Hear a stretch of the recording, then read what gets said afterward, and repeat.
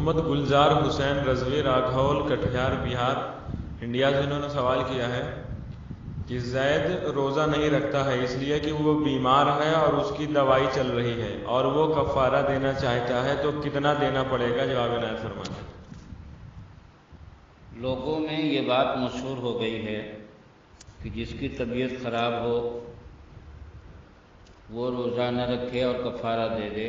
حالانکہ اس کی تفصیل ہے، مطلقاً ایسا نہیں ہے۔ تفصیل یہ ہے کہ بیمار ایسا ہو کہ نہ اب روزہ رکھ سکتا ہے نہ اس کے بعد روزہ رکھ سکے گا، تو اس کے لیے یہ حکم ہے کہ وہ فدیہ دے دے، اور فدیہ اس کا 1 روزہ کا فدیہ صدقہ فطر کے برابر، یعنی 2 کلو 47 گرام گیہوں یا اس کی قیمت ادا کرے۔ یہ اس صورت میں ہے کہ ایسا بیمار ہو کہ نہ اب روزہ رکھ سکتا ہے اور نہ رمضان کے بعد روزہ رکھ سکے گا، یعنی اس کے بعد بھی اس کے پاس اتنی طاقت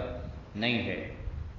تب یہ صورت ہے۔ اگر کوئی آدمی رمضان المبارک میں بیمار ہے، روزہ نہیں رکھ سکتا، مگر طبیعت ٹھیک ہونے کے بعد وہ روزہ رکھ سکتا ہے، تو اس پر روزہ کی قضا کرنا فرض ہے اور روزہ کی قضا رکھے گا۔ فدیہ اس پر واجب نہیں ہے، اگر فدیہ دے بھی دیا ہے تو وہ نفل ہو جائے گا۔ تو اس کے جزیات اور صلاحت کتابوں میں موجود ہے، مثلا شامی شریف کتاب الصوم فصل فی العوارض جلد صوم صفحہ نمبر 472 پر ہے کہ اگر ایسا بوڑھا گرمیوں میں بوجہ گرمی کے روزہ نہیں رکھ سکتا مگر جاڑوں میں رکھ سکے گا تو اب افطار کر لے اور ان کے بدلے کے جاڑوں میں رکھنا فرض ہے۔ اسی طرح فتاوی عالمگیری کتاب الصوم الباب الخامس فی العذار التی تبیح الافطار جلد اول صفحہ نمبر 207 پر ہے کہ اگر فدیہ دینے کے بعد اتنی طاقت آ گئی کہ روزہ رکھ سکے تو فدیہ صدقہ نفل ہو کر رہ گیا، ان روزوں کی قضا رکھے،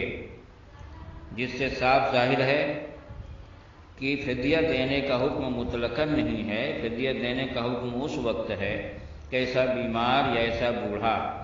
کہ نہ رمضان المبارک میں روزہ رکھ سکتا ہے نہ اس کے بعد روزہ رکھ سکے گا،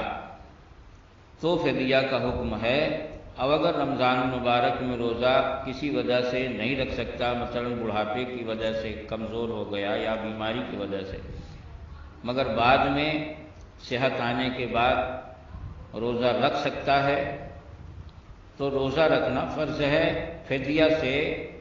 فدیہ دینے سے اس کا روزہ ادا نہیں ہوگا، نہ وہ گناہ سے بچ پائے گا، واللہ تعالیٰ